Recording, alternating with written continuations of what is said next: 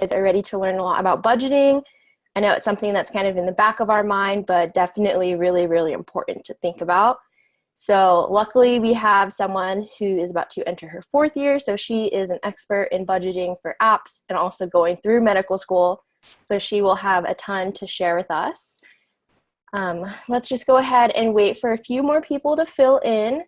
And if I could get you guys to just give me a thumbs up in the chat if you can hear and see me all right.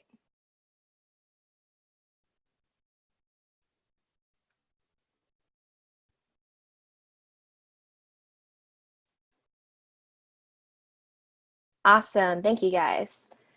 Okay, perfect. So let me just go ahead and introduce myself real quick. My name is Lauren. I am a member here on Pre-Med Star. I'm a UC Irvine graduate and I'm applying this cycle. So like many of you, I am deep in finalizing my application here and getting it sent out ASAP. Hopefully you guys are feeling like you're in a good place with applications, or maybe even some of you are here trying to learn this information far in advance. Good on you. And real quick, I'm just gonna go ahead and share with you guys a little bit about Pre-Med Star, the site. So I'm gonna go ahead and share my screen here with you guys. This is what it looks like.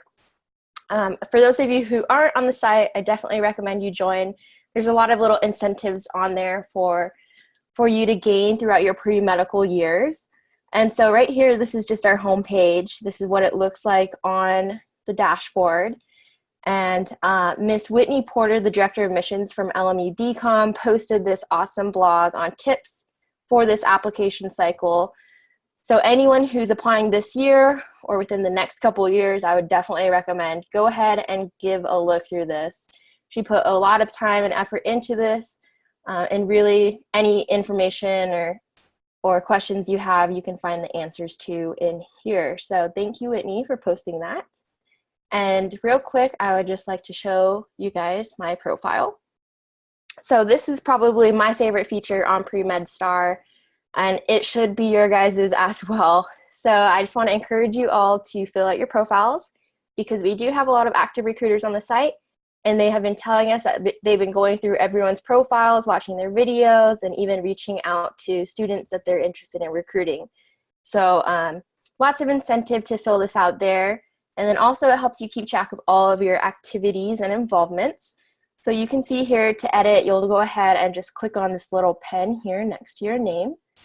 And then you're gonna go down and you're able to edit all of the information on your profile. So you can go ahead and keep all your stats there, log your clinical hours, and it's gonna break down kind of like a CV where you can put all of your different clubs and organizations, volunteer activities, as well as like a brief description of what you have done. So then once you do apply, you're literally just re-referencing this and figuring out what you'd like to put on your application and which ones were your most significant experiences. So there's definitely a big incentive to fill this out just so you keep everything logged in one place, and also recruiters are able to actively see this. Let's see, anything else I'd like to share real quick? I just want to give a shout out to Catherine, who is the Pre-Med of the Week. You guys can go ahead and read about her here in this post, and go ahead and send a congrats message to her. And I'm going to go ahead and introduce Dami here. So she is a 4th year medical student at the Ohio State University School of Medicine, and she is going to be here to talk to us a little bit about budgeting. So Dami, why don't you come on the screen? Perfect, thanks so much. All right. Hello, everybody. As Lauren mentioned, my name is Dami. I'm a 4th year at the Ohio State University College of Medicine. And I have been tasked to talk to you about budgeting for med school. And what I'm going to do, I have a PowerPoint presentation that I've prepared with just some information. And I'm going to go ahead and pull that up in just a second. All right. There we go. Hopefully that's working correctly. All right. Trying to pull up the chat as well so that I can see your questions. There we go. Okay. So thumbs up for me if the PowerPoint looks fine on your ends.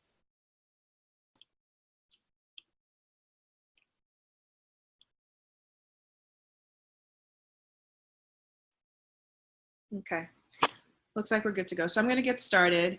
So essentially, this is supposed to be about budgeting for medical school and financing medical school. I do realize that all the participants here today are at different stages in their medical school journey, medical school application. So some people are not done with college just yet. Some people are finished college, already applied and starting soon. Some people currently applying and submitting applications in the next few months. So whatever questions might come up during the presentation, please feel free to ask. I'll try to answer them as we go, just so that if things are relevant to whatever slide I'm on, I want to make sure I address it as best as I can.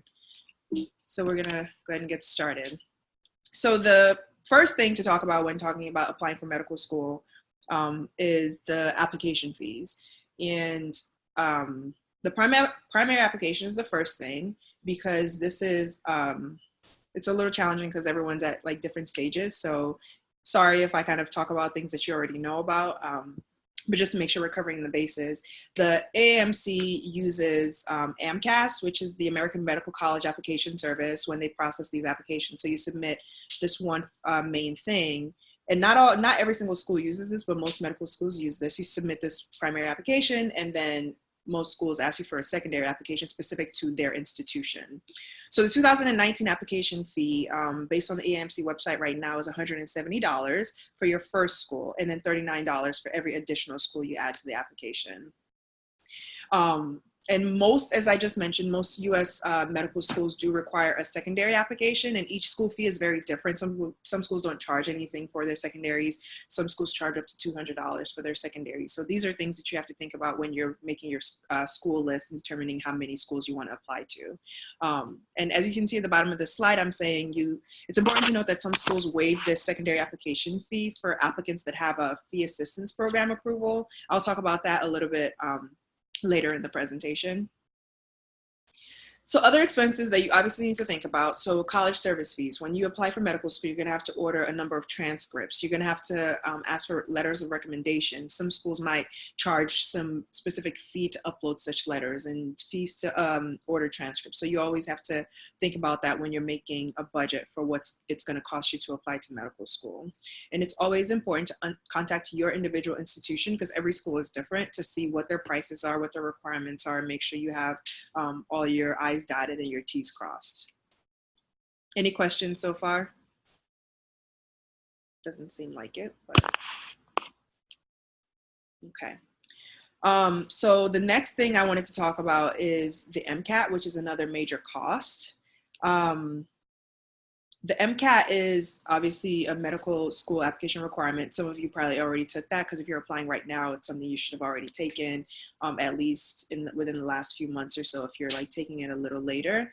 Regular registration for the MCAT is $315, but that doesn't include like if you have to change your date or something, late registration fees, cancellations, MCAT prep courses, and things of that nature. And then, oh no. Okay, and then the other things you have to consider when making your budget is travel, accommodation for interview season. So you want to keep that in mind.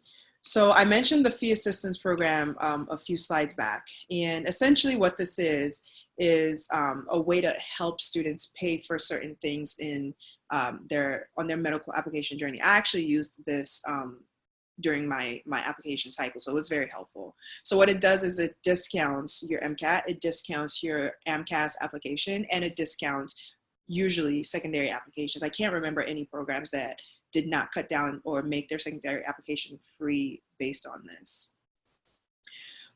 So as you can see on the slide,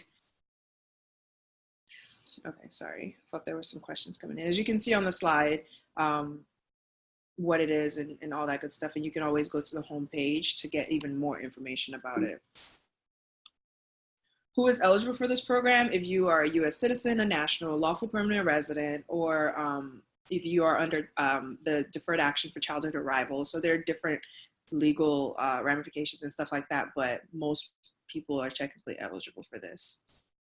And they have certain requirements. So if your household is a household of like 2, there's a number requirement for the information that they're going to ask about, like parental earnings and stuff. And so there's also a chart on the website that has really good information about that, so that you can see if you fall within the range of what the AMC would provide.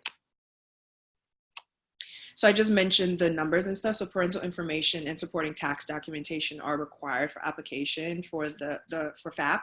And it's essentially not a part of your medical school application at all. It's just used specifically for FAP. And so you can't say, oh, I'm just not going to add it, because that's really what they use to base what they're going to give each student on. And it's important to also note that there's a maximum of 5 times that a student is allowed to be accepted for this in their lifetime.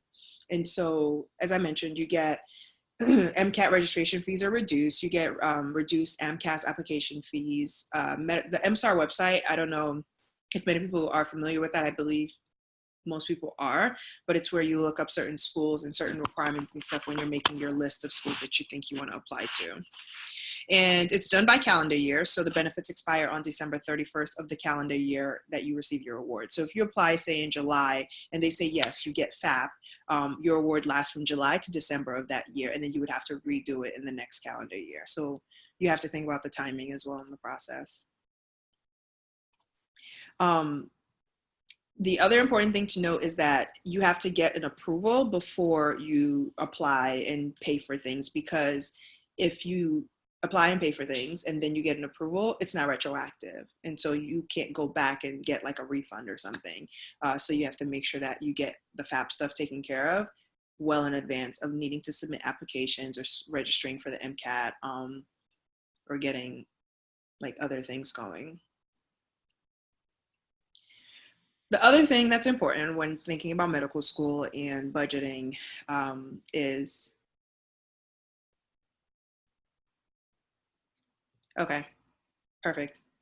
Unfortunately, that wasn't updated on their website, so I did not know that, but that's important. So I don't know if everyone sees this, but I'm told that the FAP requirement changed with the new MCAT. So if you apply in July, it expires in December of the following year. So I would encourage you guys to look at the website. Well, the website seems to not be updated, but that's good information.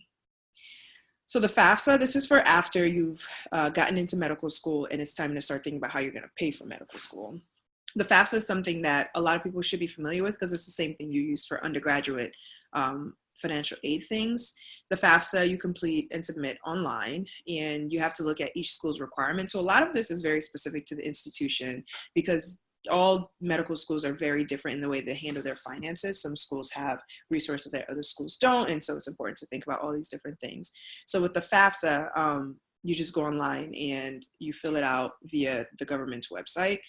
And some schools do require parental information for certain things. And so like if there's like need-based awards for that school, they'll ask for parental information. And you just want to fill out as much as you can. And you also want to make sure you fill out the right federal ID code, because that's what's going to tie to the school that you're referring to. It's always, always, always a big deal to contact the school's financial aid office, because like I've mentioned multiple times, each school is different. And so each school's requirement is different. Their sources of financial aid is different, grants, scholarships, loan repayment programs. It's very specific. And so you want to contact the financial aid office as soon as you decide that this is the institution that I want to go to. And remember, once you start medical school, you have to redo these things every year. And so for each academic year, you have to redo and renew your FAFSA, and you have to renew this and renew that. So you want to make sure you stay on top of it and not let things kind of fall in the cracks.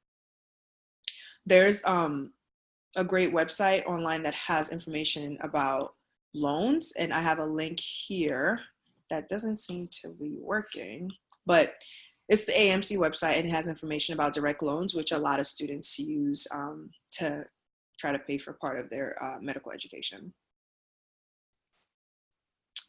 So just to briefly talk about some numbers, and to wrap this up a little bit and take questions, the median 4-year cost of attendance for the class of 2018, which is the class that just graduated, was $243,902 for public schools and $322,767 for private schools. And then you have to think about the median salary for physicians after your first year after residency, because in residency, your pay is not the same as it would be once you're in attending. So most residencies pay between $50,000 and $65,000 for intern year, and then it goes up just a little bit each of your postgraduate years. So PGY1, which is postgraduate year 1, might make like $52,000, and then the next year you make like $53,000, and then the year after that you make like $54,000.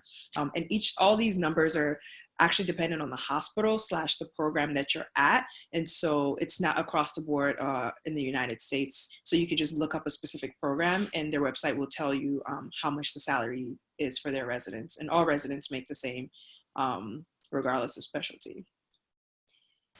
So there are important questions to ask your school's financial aid office when you are kind of preparing for medical school and trying to figure out how you're going to pay for it and figure out how things are going to cost. Unfortunately, there's no one answer that's going to answer everyone's question because, again, every school is very different. So these are some of the questions I think are important to ask based on the AMC website. So how much does medical education cost at your school? So each school's tuition is going to be very different, and each school's cost of living is going to be very different because the cost of living in New York is obviously very different from the cost of living in, say, Iowa. Rent is very different between these two places, and all these other things you have to think about. So you want to ask that specific question about that school.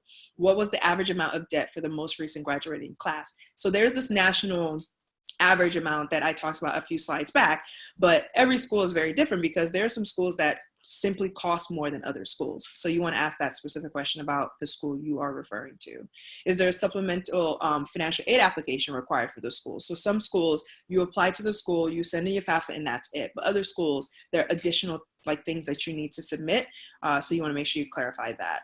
And then I have a quick question. It says, do you have any tips on how much to budget for interviews and traveling? I will get into that right after I get to the end of this. So that's a really good question. We're going to put a pin in that. So you know if the school requires parental information to determine financial award package, what scholarships and grants are available, because some schools have a lot of scholarship options where other schools just don't. So you want to clarify that. If you get a scholarship for 1 year, will it kind of really go into the rest of the years? Because just because you get it the first year might not mean you get it all the years. So before you get super excited, you want to make sure you get that clarified. Does the school offer institutional loans? And what are the terms and conditions for those? And then how can you cut down on yearly expenses, costs, borrowing? Because financial aid offices, they pretty much get, they have a big idea of how students typically function at that institution. And so they can actually provide really good information on it. And then students who are afforded the AMC FAP, which we talked about previously, do they qualify for any other benefits at that school? And lastly, can medical students work part-time while attending your school? The AMC thing, that's a really important question to ask. But as a med student, you're going to be very busy, and it's tricky to try to work part-time. And so I personally discourage medical students working part-time. And I know some schools actually don't even allow it. And so that's something you definitely want to keep in mind. So any tips on how much to, okay, so that was my last slide actually. So we're right at the end of that. So the question asked, any tips on how much to budget for interviews and traveling?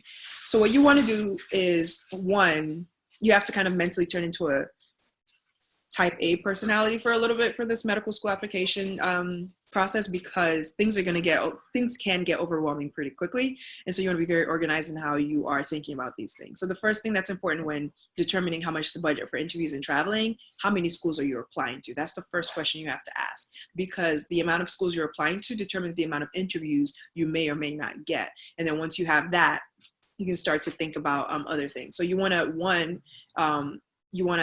kind of identify your resources.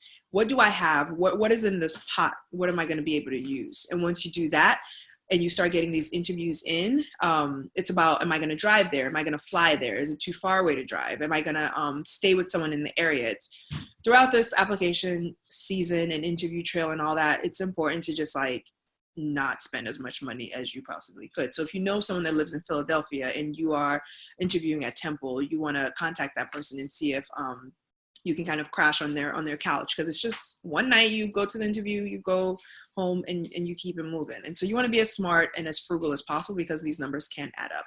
And so that's kind of my big thing on the budgeting. One, determine how many schools you're applying to so that you know how many interviews you could possibly get.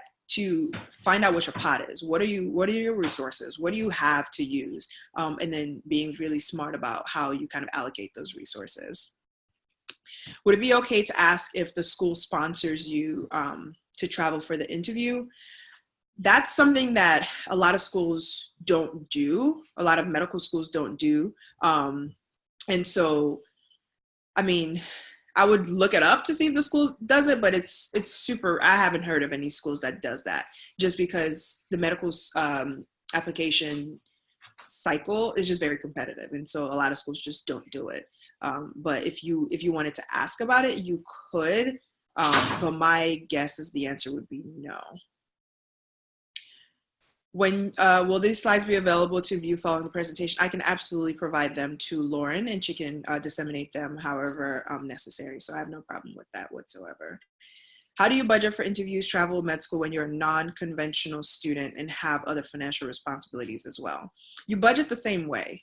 So you have other financial responsibilities. You're not a conventional. When I applied, I didn't come straight out of undergrad. So I was actually doing research at the National Institutes of Health for a few years, and also obtained a master's degree from Georgetown before starting medical school. So you still do everything the same way, because you still have to be smart about your money. You still have to realize, this is what's in my pot. This is what I have to spend. How am I going to spend it? How am I going to determine how to make my costs as minimal as possible? Hopefully that kind of answers that question. The simple answer is you do the same thing, and you channel your inner type A, your inner person that likes to write things down and literally be as organized as possible in keeping track of your expenses and how much you're spending and how much you anticipate you're going to spend. So if you apply to 16 schools and you think you're going to get like 5 interviews, you're very different than the student that applies to, say, 8 schools and thinks they're going to get maybe 4 or 3 interviews. So you have to make it specific to your situation. What are your views on private loans, and should you only look to use private loans if and when you've reached your limit for federal loans? First things first, do your very best to not reach your limit for federal loans, because loans are real money, and there's a loan repayment program that hopefully doesn't go away anytime soon. But loans are real money, so your goal in med school is to just spend as little as possible. And depending on the school you decide to matriculate in, you can be smart when it comes to your rent. I personally don't like living with roommates, and so it's not something I wanted to do. But if you don't mind doing that, then that's just what you're going to need to do to keep your costs down. So the goal above all is to just not max out, because private loans do have higher interest rates. And so yes, you can get them, and it's not the end of the world, but it's probably preferable to just avoid getting to that point. Any recommendations on the number of schools to apply to, since this is a competitive process? Unfortunately, there's no cookie cutter answer for this. And this is actually gonna come up a lot past just medical school applications. It's gonna come up for when you get in medical school, residency applications. After you finish with your residency, do you wanna do a fellowship applications? Everything you apply for from this point forth and everything you do is specific to you. It's specific to your numbers. And so I can't say apply to 16 schools because I don't know what your package looks like. And so that's where it comes in, where you need to have like specific mentors who understand this process, mentors you can trust, because you're going to get a lot of advice left and right. You can't listen to everything. And so that's something that I've personally learned how to do in building my academic maturity as I've gone through this process of obtaining a medical education. You have to filter things out. You have to, you better than anyone else. And so yes, you listen to advice, but you can't listen to what everyone is saying. You have to take into account your package? What's your GPA? What was your MCAT score? What are your extracurricular activities? What are your leadership positions? Have you done any research? You have to think about all these things and then use that to figure out how competitive you are as an applicant and then go from there. And the other important thing is live within your means. If you know that you're like a little crunched when it comes to the resources you have when you're applying for med school and going on all these interviews, then it's probably not smart to apply to 37, 50 schools. So you have to also keep that into consideration in determining schools that you want to apply to. You should just, in summary, look at what you have, your package, and keep in close contact with your medical advising group at whatever institution you're in, even if you're a non-traditional applicant. So whatever institution you attended for your undergrad, make sure you're keeping in touch with those people, because those people know a lot about how to kind of guide that. Because there's no algorithm for it, but if someone looks at your package, they're typically able to tell you, okay, I think you should apply to this many schools. And then the other important thing before I forget, it's not even about the number of schools you apply to, it's about the type of schools you apply to. And so if you have a certain application package and you know that you're competitive, but not as competitive as person B, it might not be smart to put all top tier schools on your list. So there are a lot of things that go into this. That's not just, oh, I'm going to apply to this many schools. You also have to be very smart about your list. That's actually one of the biggest things. It's more about being smart about the schools you apply to, making sure that the numbers match. So this is their average numbers. Yes, it's not always going to be in the average, but the average is the average for a reason. And so you have to be realistic. If their average MCAT is this, and you know you're like right here, versus the school whose average MCAT is this, and you're right here, you have to be smart about like adding that school versus the other school to your list. And just because your numbers, like even if your numbers are super pristine, that's not all that schools look at. And so you have to consider the rest of your application. Let's see, what's the next question I see here?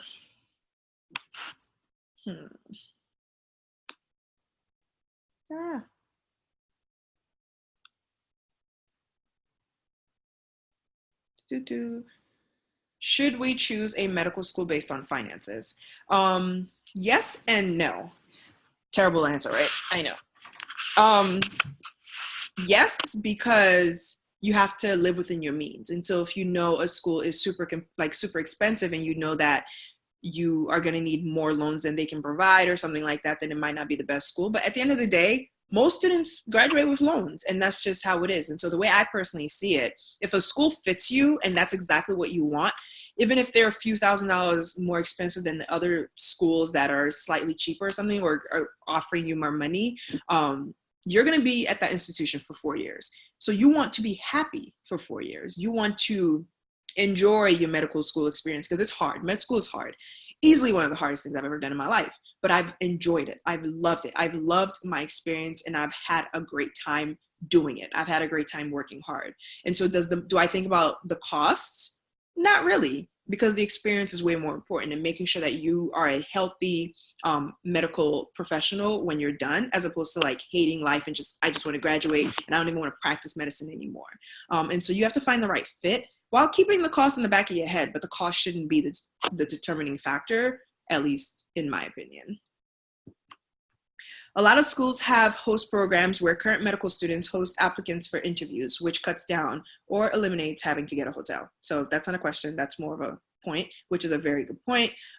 Especially like here at Ohio State, we have such a program. So first, second, third years, and sometimes fourth years, us fourth years are like floating in the wind, so we're not usually around, but students host other students. And so you don't always have to stay at the Marriott Marquis if you're interviewing. It's actually probably not that smart to do that.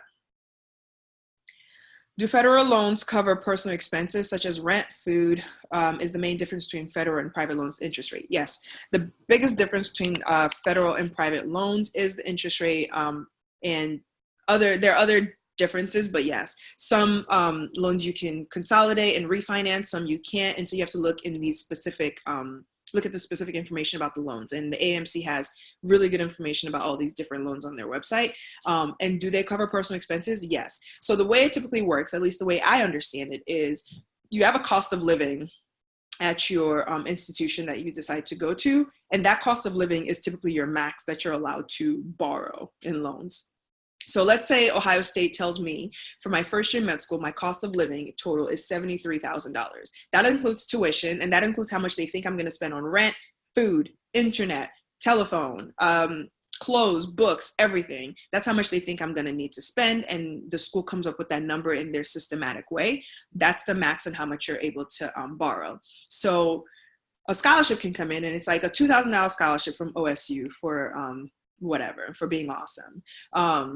And another $1,000 scholarship. So you get all these scholarships, and then you still need loans enough to pay for tuition, right? So you get enough loans, you ask for enough loans to pay for tuition, but then you still need to ask for more because you do need to pay for rent, food, and all that stuff. So they don't delineate saying, oh, these are your loans, you need to just pay for tuition. No, it's just a sum number that you get, and then some of it goes to your school directly for tuition, and then the rest is what you use to live your daily life. So short answer is yes, federal loans cover everything, because you just get a lump sum and then do whatever you want with it.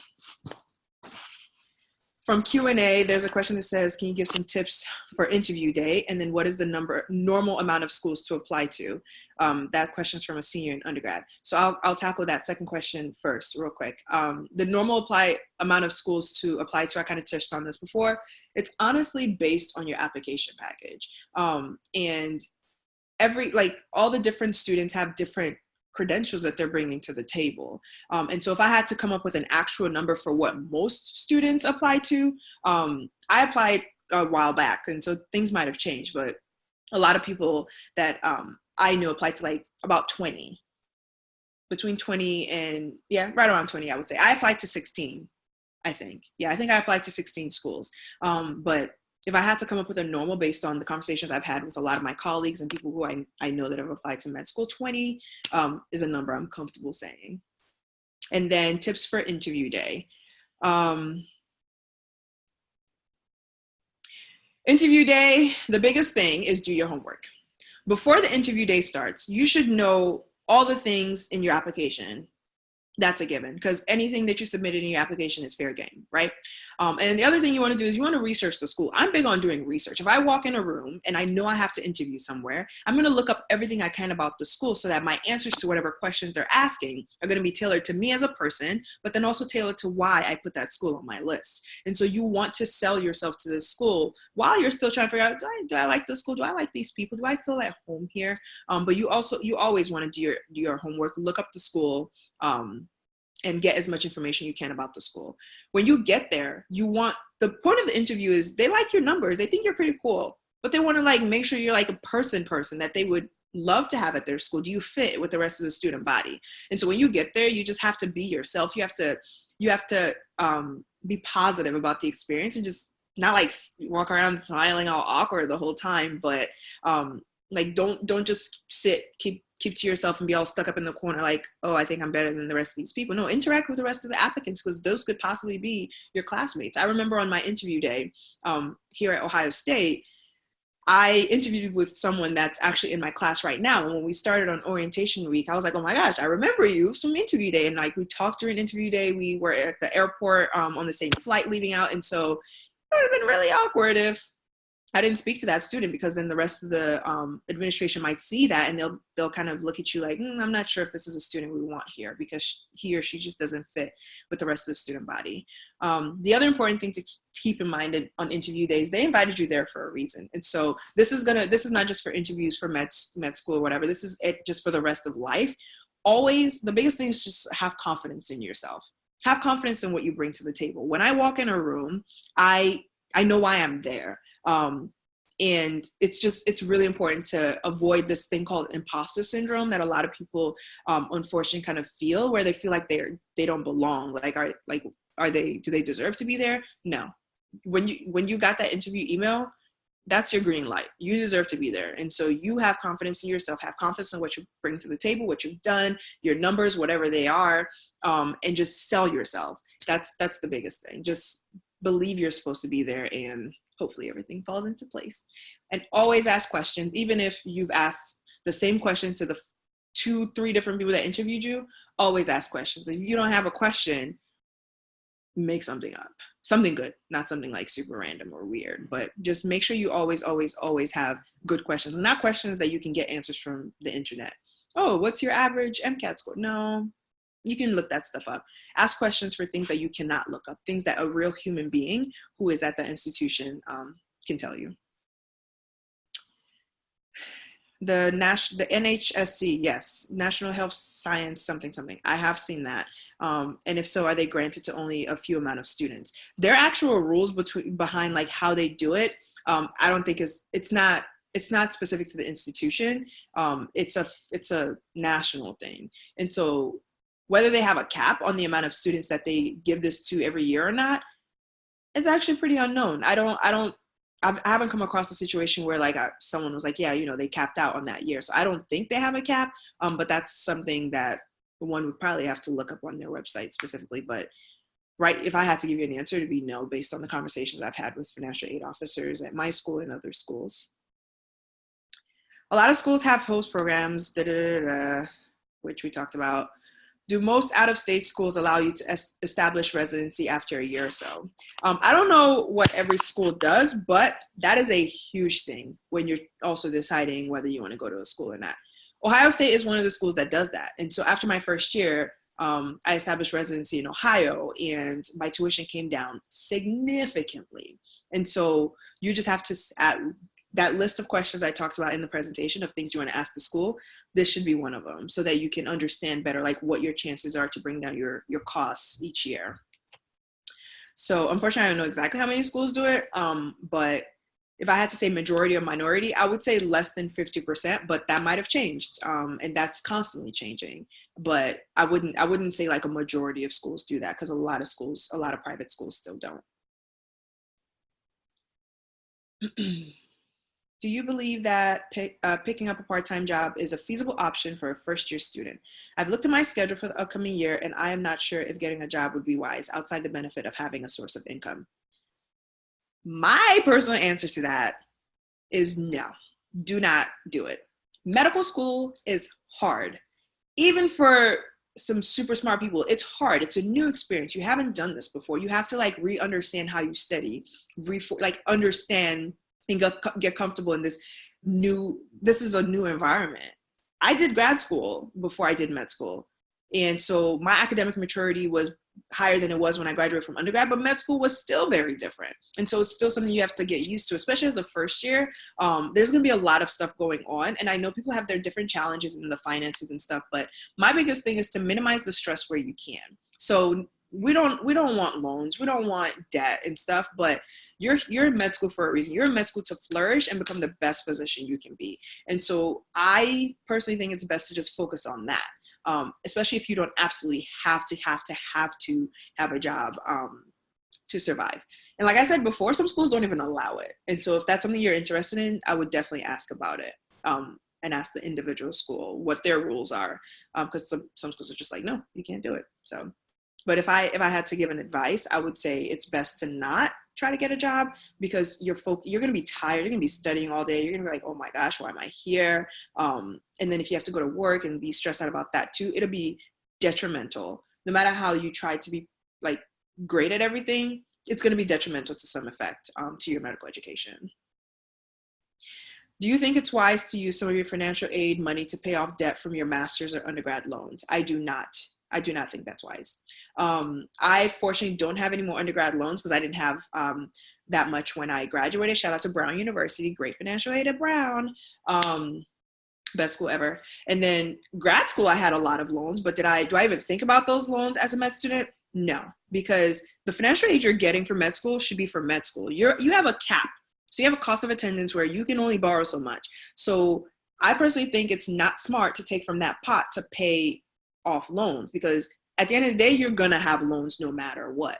And so just understand that med school is expensive and know that you're going to have loans, and taking away from the pot that you're getting from med school to pay something else, it puts you at a deficit. And it's not beneficial in any way, because loans are still going to be there. When you graduate from med school, you're going to have loans anyway. And so I personally think it's smarter to just focus on your medical education, the money you're getting, use it for med school, use it to survive, use it to buy all the milk, cereal, bread, whatever, to get your day to day, pay your rent.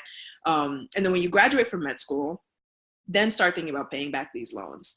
because after however many years of residency, depending on the residency you choose to go to, 3, 4, 5 to 7 years, 3 years for like peds and family medicine, 7 years for like neurosurgery.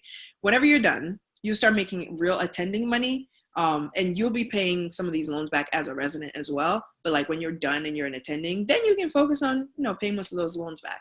But as a med student, being a med student gives you the right to defer your loans anyway. So why not take that opportunity and decrease the amount of stress that you're going to face? And I don't see any more questions. So hopefully I'm not missing anything. There's a poll on the screen as well, but I don't think that's for me. So I'm going to ignore that. So yeah, that's all I have. And I think I covered all the questions. So yeah. Sure. Dami, thank you so much. You had a lot of great answers there. If anyone has any last minute questions, why don't you go ahead and throw those inside the chat or the Q&A, and we'll go ahead and answer those for you. If not, maybe we'll end a little bit earlier tonight. But real quick, I just wanted to address all of you who asked this question earlier. The recording is going to be posted on Pre-MedStar. And those of you who aren't yet members, I really recommend signing up tonight. Dr. Dale is giving out a special surprise to everyone after this application boot camp. So go ahead and create your account just so you can keep an eye out for that. And let's see, any last minute questions? Not that I see. Yeah, looks like we are good. Dami, that was super informative. Thank you so much for taking the time to come and speak with us. My pleasure. Good luck with your 4th year. And yeah, exactly. We know you will go on to be a great OBGYN. So thank you. Yeah, perfect. Thank you so much, and enjoy the rest of your night. Thanks. Thanks.